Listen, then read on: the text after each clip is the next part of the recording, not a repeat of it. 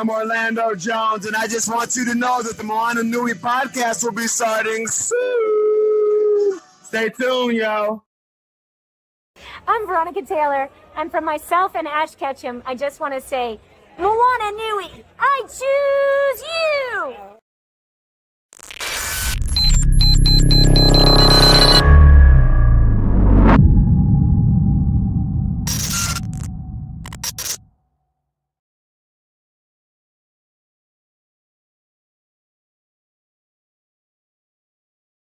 All right, who wants to start? You can go ahead. Go ahead, Mr. Q. You had to be last time, so you be first this time. And for anybody, because we notice the audio is not, and you have to really project, so it is picking up your questions. If you don't think you can project enough, let Julie know so she can have you come to the mic. Okay, go ahead, Julie.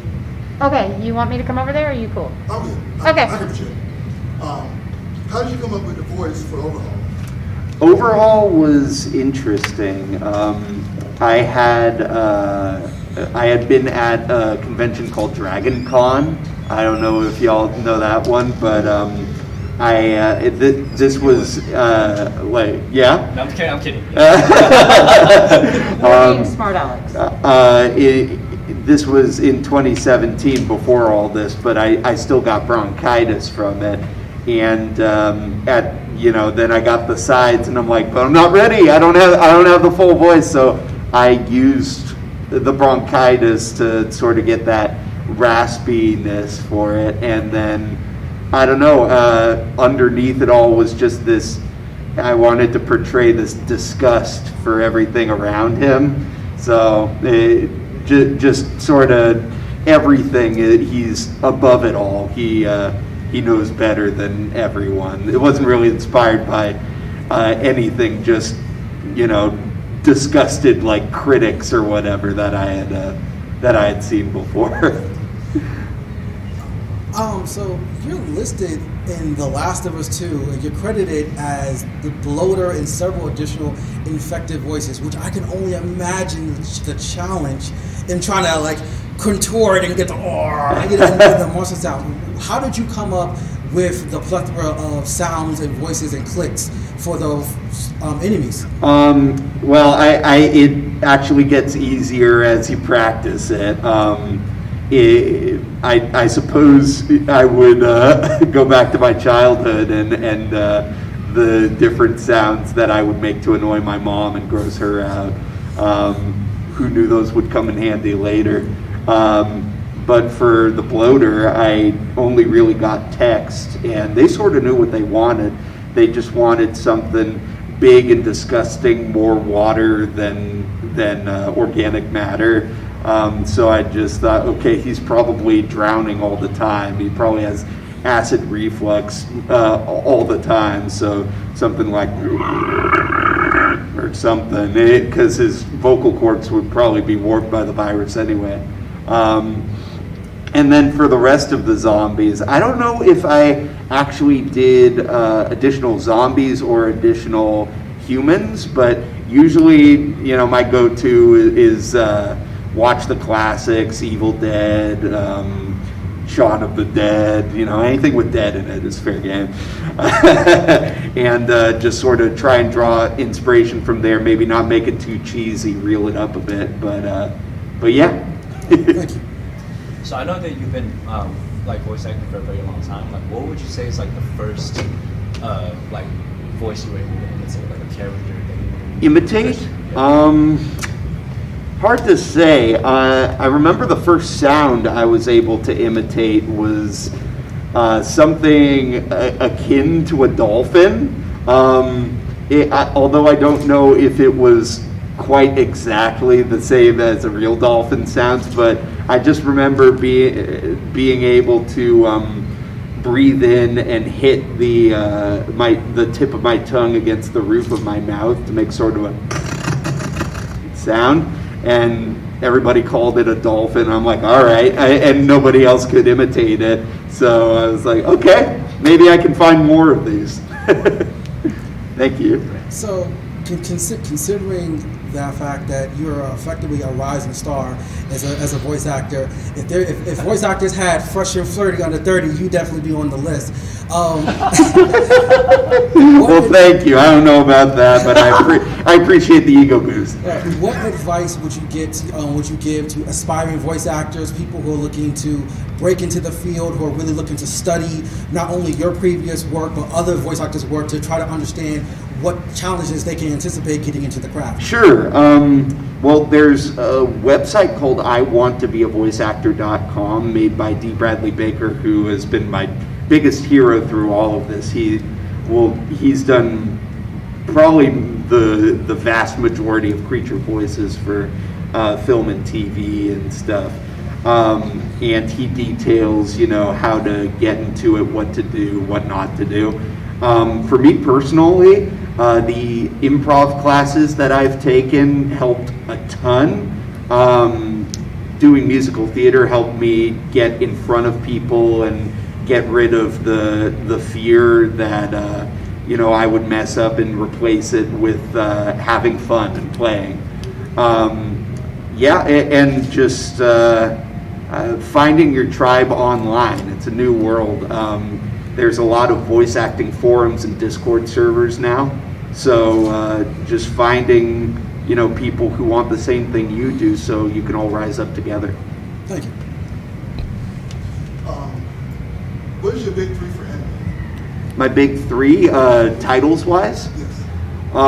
I love Bo. That was always a fun one for me that sort of informed a lot of my humor growing up. I always loved Naruto since the beginning. And I suppose I should pick a modern one too. I actually have been a big fan of My Hero Academia even before I got involved in it. Because I already loved the superhero thing and I still am a big fan of the Marvel universe and stuff. So having that in anime form is very fun too. So I know you've done a lot for video games. I was gonna ask what are your personal favorite video games to play? Ooh, toughie. I love me some open world stuff. Ones that emulate things you couldn't do in real life. So I could go out and play basketball, but I couldn't slay a real dragon. So I love me some Skyrim. I love me some New Vegas. This old one called Prototype was very fun. Infamous. This open world sandbox stuff always tickles me. And I own every Pokemon too. Yeah. So, given your proclivity for liking the Marvel Universe, no shade, I'm a DC fan myself. Fair enough. I love DC stuff as well. And also for superhero video games, especially with Prototype and Infamous and everything else, what other activities, hobbies do you do in your personal time when you're not voice acting? When I'm not voice acting, I love collecting Transformers. I have a big collection of that now, and I actually need a bigger place because I need display shelves now for all of them. Other than that, in the video games, love to hike, love to swim, generally hang out with friends. Escape rooms are a lot of fun. Anything I can do to be social and make up for 2 years, Right there with you. Thank you. What's one of your favorite lines that you did voiceover for? Ooh. Did you say Overhaul? Yeah. He has this thing you like that. Oh yeah. Well, for Overhaul, one of his lines is very good advice and advice that I've tried to follow since. And he says, "A goal without a plan is just a wish. You need a plan in order to achieve your goals." So writing something out and following step 1, 2, 3, 4. That stuck with me. So that's one of my favorite lines from Overhaul. Anything from Funtime Freddy? From Funtime Freddy, I love me some Blonde, go get him! Straight to the point. You got time for one more Okay. All right. So, what would be your dream role if you haven't already voiced it? Right now, my dream role would be Denji in Chainsaw Man. That's one I would. That's one I really connect with. His blight and everything. That would be a lot of fun. Awesome. Thank you. All right.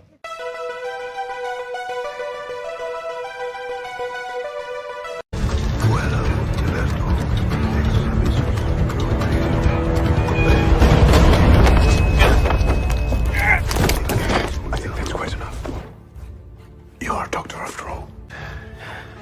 Always nice to see you, Watson.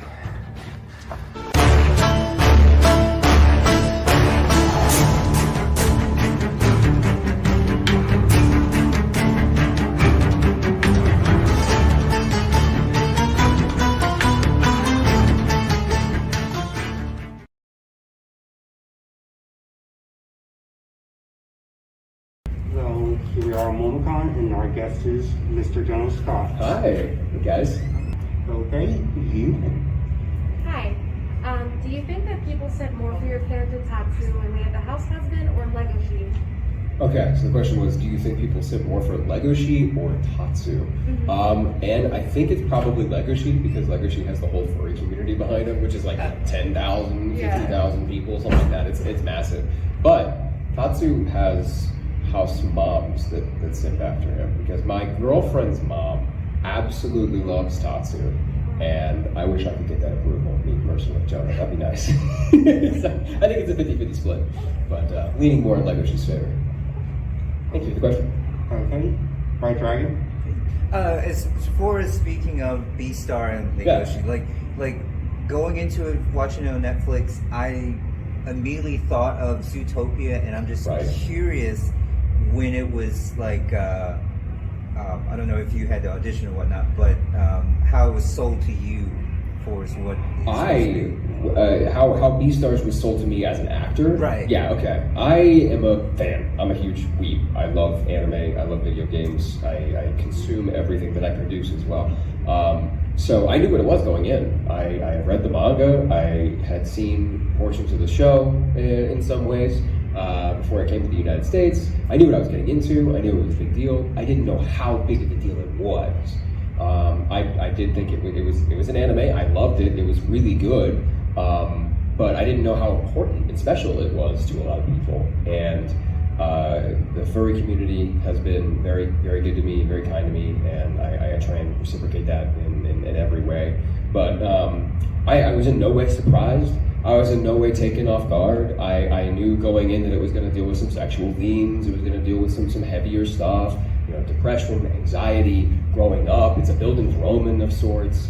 And yeah, I was excited, if anything, to get started. A little nervous because it was my first role, my first major protagonist role.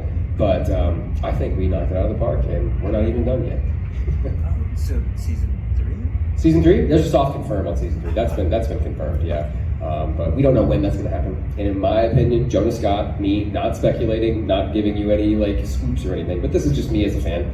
I think they may be doing 24 episodes as a third season, because just based on time, they have spent almost twice as long as they have on this season than they did the second season, and the second season was made during COVID. So, COVID restrictions are lightening up. They're probably spending a lot more time on it. There is, in my opinion, and if you know the story, there's a lot to cram into season 3. So they'll probably do 2 core seasons. Don't know that. Could just be 12 episodes and we could be done. Or it could be 12 episodes and they're like, just kidding, there's a 4th season. We don't know. But yeah, that's, I love BEASTARS so much. Good question, thanks. Hey, you in the back? Yeah. So most of mine is going to be dialogue questions. Sure, yeah. So I just beat the game a couple weeks ago. Cool. The first one, right? Yeah. Did you think that was going to end like that, or do you think in between time they was going to find a cure to cure all the zombies? I think a lot of Techland's focus, they're a very traditionalist game company in that they focus a lot on gameplay elements and interactivity and how those elements work together. And I feel like the first game excels in that. the way that it was, and the way that the first game ended in this nebulous kind of DLC, like we don't really know what happened, but I have been told canonically by the developers that Crane does die in the end. The city gets nuked. There's very few things that can survive that. However, if you were a fan cannoner or anything like that, Crane, claws himself from the radioactivity, and he just goes on the run as the Night Hunter. And there's a lot of different things that can happen that way too. But I do think Crane is dead, but that doesn't mean they can't Force Ghost him or something crazy like that. Techland's done some crazier things. But I was not surprised, because I feel like I would have been really, really, really invested into it in the first game story if I had known that I was going to play the protagonist for the second game while I was playing it. I was just enjoying it as a fan. But yeah, I feel like they did it justice. The first game's still so much fun to play through, even the DLC. First game, so much fun to play through. Can't wait for the DLC. Very excited. But good question. Thank you very much. Okay. Here's one question. Sure. You said that BEASTARS was your first dubbing credit, right? Yeah. Okay. Since you had experience on Netflix, how did it compare to other dubbing productions, like for Funimation, Crunchyroll? Netflix has a very what I like to call corporate-facing structure. So when you're working with Netflix, they've been doing films and television and legit productions. So going into a Netflix show, I know that I'm going to get paid more. I got paid more for BEASTARS than I would at Crunchyroll. I got paid, I'll be very honest and transparent, it's like $140.86 an hour, something like that. So we get paid $75, and then we get paid an additional rate because it's a union show, and then we get paid a quote royalty rate, which is just whatever the royalties would have covered if it was going into syndication or something like that. So we get paid a little bit more to do Netflix shows, which is always great. I know that going in. And going into a Netflix show, I know usually the production is going to be pretty fast. For something at Crunchyroll or another dubbing studio, it could take weeks. You could be doing, they're dubbed in what's called batches. So if you have a 12-episode show that's dubbed at something like Crunchyroll, it would be, we'll do 1 through 3 this week. And you go in one day that week and you do episode 1 through 3, and then you come back another 2 weeks later after the rest has been written, you come back in, do another 3 episodes. You come back 3 weeks later after other people have been recorded and more of it's written, and then it all gets dropped at once. With a Netflix show, something like House Husband, season 2 of House Husband, I did in a week, and then all of it in its entirety in a week. So I was in the studio, 7 hours a day, recording constantly, and then I would go back home and rest and come back the next day. So Netflix gets things done really fast. You get paid a little bit more because of it.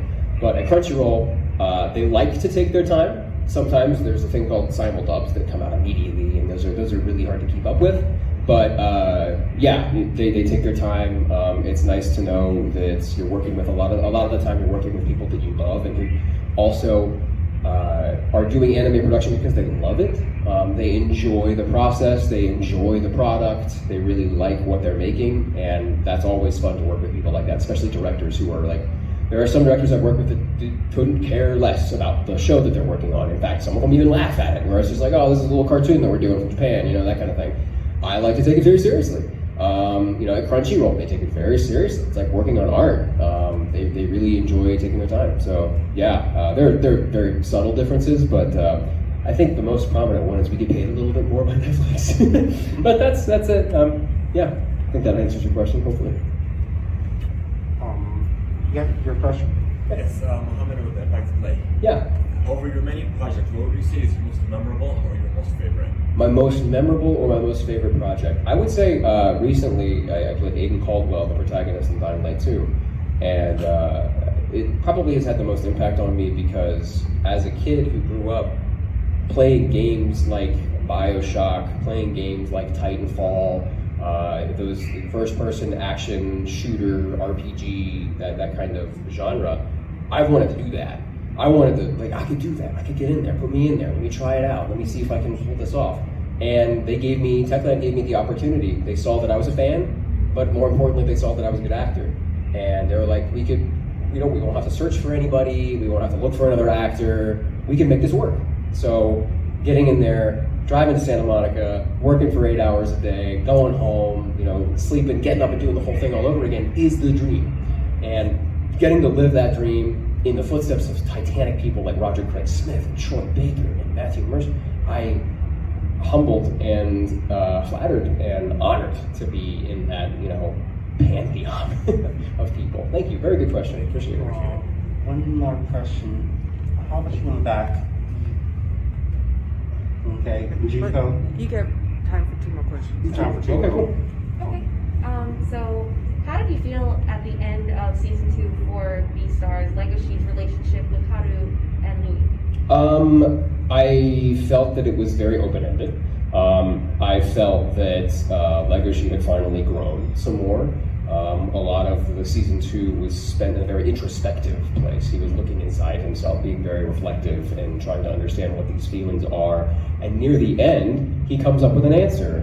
And in the last few episodes, we get his answer, and we understand where he is at mentally going forward, how season 3 is going to shake out, what his dynamics with Louis and Haru are, where he stands in his relationship with Haru. It's a lot of mental gymnastics that he's doing during season 2. And it's really cool to see him do that really cool backflip near the end, where it's just like, I know who I am now, I know what I'm about, I'm not afraid anymore.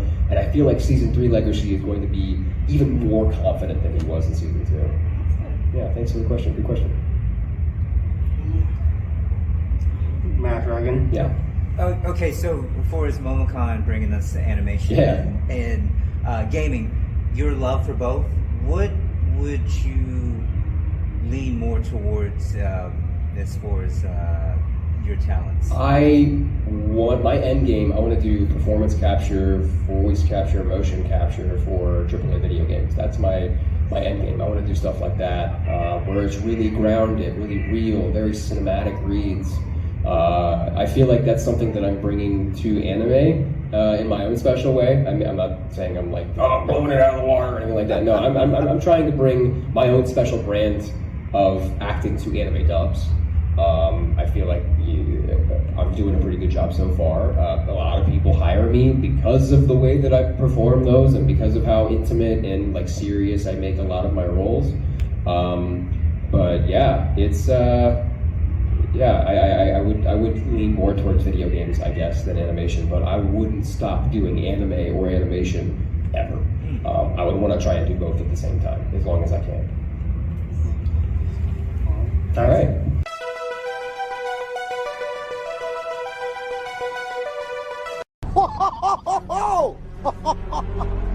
Who is this? I don't know. He's glorious.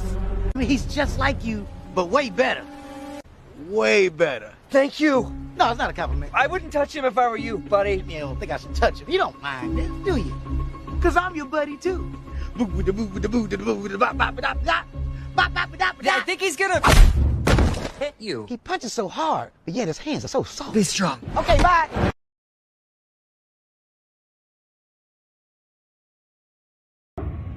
And who would like to ask the first question?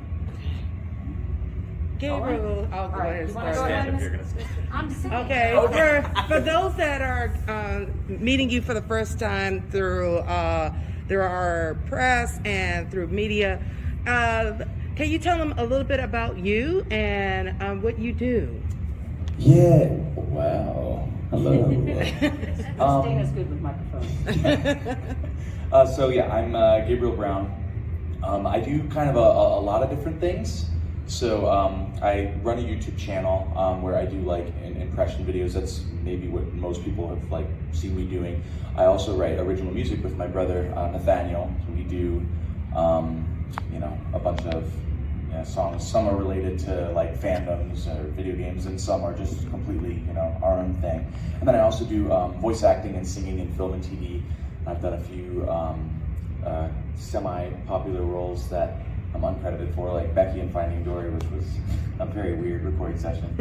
And then, that's kind of it. I could list some of my credits, but I don't remember them off the top of my head. It's con brain. Yeah. We all have it right now. I'm down to the last brain cell. Exactly. So I'll have a question for you. So what did you want to be when you grew up, and have you sort of achieved that, or are you still striving to do so? I'm definitely still striving, but actually, that's a really great question because it's. I would say yes and yes. Okay. I definitely, there are things that I wanted to be when I grew up.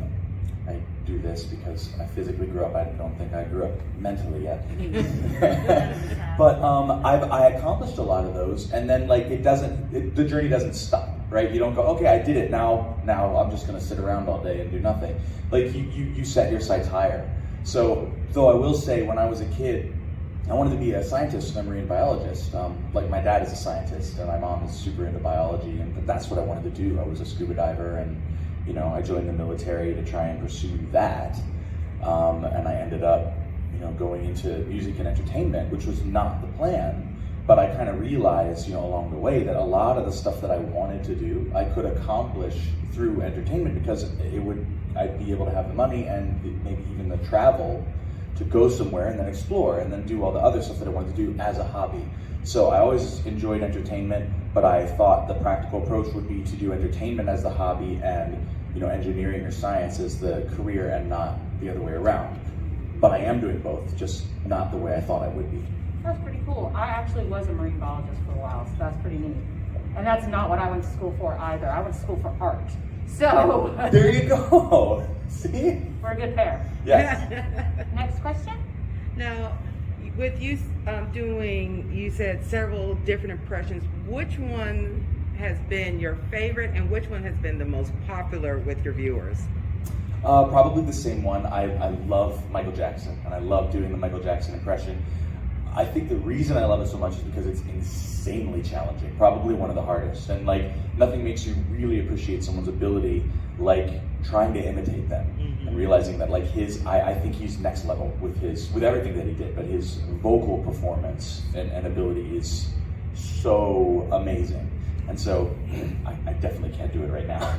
So you're saying you sing too? Yes. Oh. Yes. Oh, sorry. I watch your videos, I know. Oh, really? Oh, thank you.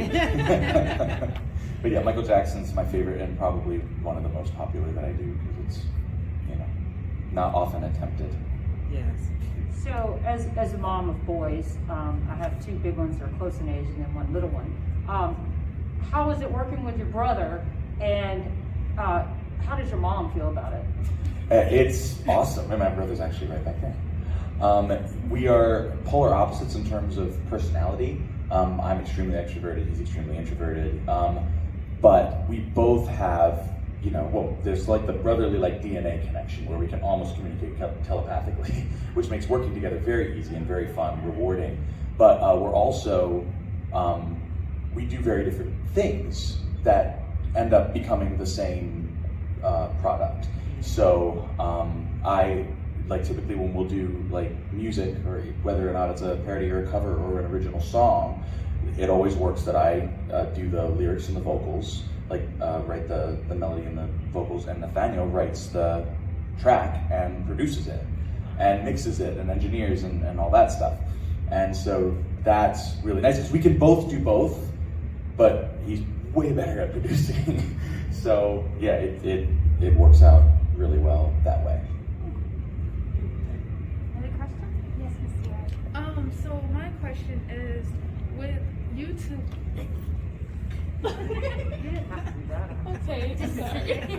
With YouTube, with all the different type of contents out there on YouTube, what made you decide to I can do an impression of this person or that? What made you get into that? That's an awesome question. So I actually, out of the military, when I left the military, I had been reached out to by an agency in Vancouver to be a voice actor. And when you become a voice actor, having demo reels is important. And I didn't have any roles that I had booked. So for my demo reel, I just kind of did loose impressions of voices that I knew I was already good at doing. And I submitted that to my agent. She's like, yeah, well, you can't use these because these are copyrighted characters. I'm learning, But I also noticed in doing that and in searching for those characters, the YouTube algorithm started recommending me people who did impressions. And I would watch a few of those videos and think, I could do better than that. I mean, not like you know, but it's fun to like challenge yourself in that way. And so I took some of the impressions that I had, you know, worked on a little bit for my demo reels, shot them in video form and uploaded them to YouTube just to kind of see what would happen. And they started doing well. So I just kept doing it, and then they started doing really well, and then, yeah, now I'm here. And now here we are. Yeah. Fancy con. That's awesome. No, with your impressions and also, of course, singing and doing imitations of impersonating them. Is there a person or a character that is on the dream list? Like, okay, I gotta get this down before I post it, and this is gonna be my ultimate challenge that is gonna top Michael Jackson. Wow, I don't know if I could. If Michael Jackson can be topped, I'll say that. There are definitely voices that I wish I could do that I just can't do.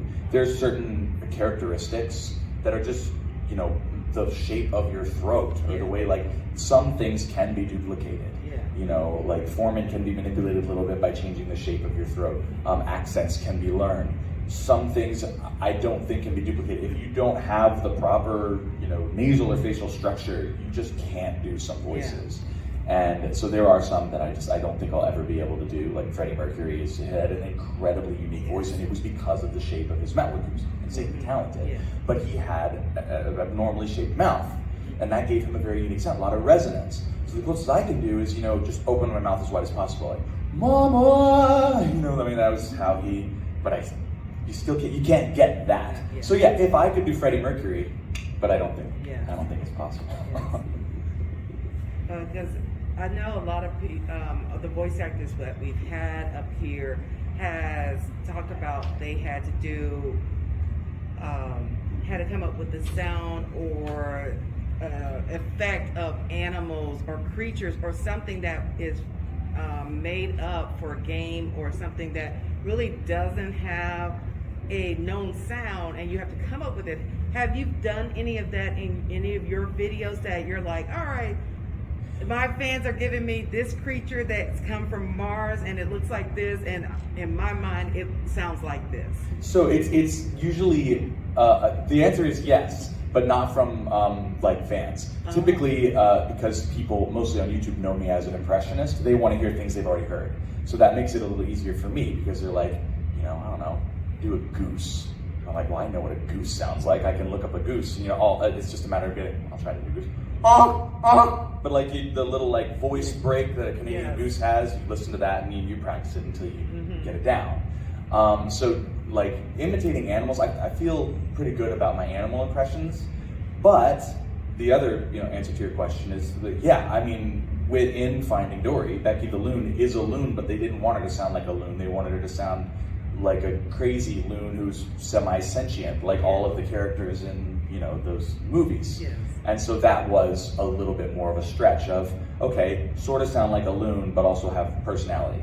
And so, yeah, so that would make sense why the people who do predominantly voice acting would say stuff like that, because they're being paid not to imitate, but to invent and to create a sound. And I do think while doing impressions helps me to come up with sounds, most of what I do is imitating other things, at least on YouTube. Do you think,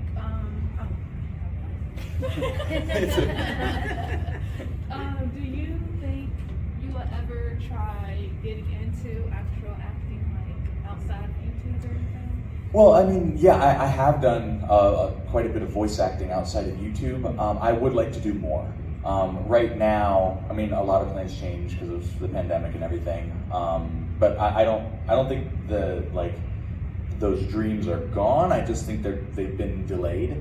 So right now isn't a great time to be like living and working in LA, because most studios are doing remote recording anyway. So I do have a studio in my house. You know, my fiance is also a voice actress, and she, you know, so we use like the same studio, and we will, you know, record from there. But ultimately, the best thing about living in some, you know, a hub like LA or Nashville, or, you know, there's actually a lot of voiceover recording for games in Texas, a lot of commercial recording in New York, that, you know, the biggest benefit is networking. And even coming here, you know, meeting some of these people, like I'm actually, you know, low-key kind of a fan of a lot of the people in the green room. I'm like, that's the voice of Master Chief over there. He's just sitting there. He sounds just like Master Chief. And so it's like, you know, it's cool to be, and you get that experience more often, but in the professional capacity where you'll bump into those people because you're working on the same project. And then, you know, you can talk, and that's how you kind of make your way through. So while it is, man, I feel like I'm tangenting a little bit, sorry. But I would just end by saying, well, you can do it from home. Like doing what you're talking about, like more acting, it's really beneficial to at least be where the work is. Even if you're not recording in the studio, you're meeting people who will book you those jobs, and who will hire you, who will discuss you and get you, you know, where you need to go. I love the fact you went on that tangent, because you being invited to MomoCon, how has the experience being invited as a guest, and are you looking to do more cons and like MomoCon in the near future? I would love to. So I've done a lot of conventions in the past, but none like this. So I actually got my start in the My Little Pony fandom. I had a big, like, you know, the brony thing. I don't know if you remember that. It was huge, like, you know, a few years ago. And there were a lot of conventions. And I got invited out because I had done some work on the show, and I'd also done some, like, me and my brother had done some music based off of the show. And so that was a very different feel, though, because everybody there is there for the same reason. And so, you know, you have your audience in your pocket, so it's a little more relaxing, but they also know who you are, so you're not really expanding beyond that bubble. So this is the first multi-genre convention I've ever done. It's definitely intimidating. There's a bit of imposter syndrome. You know, I come here thinking, people aren't going to know who I am. They're not going to care. But people do. And then the exciting thing is you get to make new friends, and you get to meet new people who do different things. And, you know, you kind of, even just comparing and having, you know, some perspective and going, oh, okay, this person does this, and it's because of this, and this, you know, it's been wonderful, and I definitely want to do more. Like any convention that would have me, I would love to go to. And with you doing impressions, and though we know a lot of our attendees are very interested in like how to get into voice acting, doing voice work and stuff, what recommendations for someone that is trying to get into those types of fields do you give as tips as you're navigating, and things not to do also that they need to be aware of as they're navigating to try to get in that field? So the good news is there's very few wrong ways to do it. The only thing I would say don't do is don't stop trying. That's probably the biggest disservice you can give yourself. And it's unfortunate, I hear a lot of people going, I want to do this, but, and it doesn't matter what comes after the but. You know, I'm not good enough, or, you know, I can't afford the mic, or whatever. There are always ways around. It's not a thing. Oh, I can't be a good voice actor because I don't have a microphone yet. You work your way up to that. You know, Claire was saying in a panel the other day, she knows a lot of very high-level voice actors who audition on their phones. Yes. They just record in their car. It's about sharpening your ability first. And so the way I did it is, you know, by uploading videos to YouTube, by getting a following, people started reaching out to me. But there are other ways to do it, you know, and you don't always need an agent. I mean, eventually you probably want to get an agent, but you're likely not going to start there. I didn't. But there are websites where there are open call auditions that you can just, you don't have to pay. Just sign up, you submit your audition. If they like you, you get hired. I would add a second don't. And it's not really a like, don't do this, but it's more try not to get discouraged, and remember that if you get rejected, it's not personal.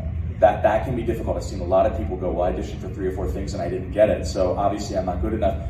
Even the highest level voice actors probably only book 5 to 10% of the auditions they do. And it's not because they're not talented, it's because that's not what the casting director was looking for. So it's just, keep pushing, like audition, put all your effort into it, then forget about it. And that way, you know, in a couple months, if they come back and go, hey, you know, you're on hold for this session at this time, you're like, great, what was that again? Can you send me the audition? You know? So it's, have fun with it. Enjoy what you're doing and just push.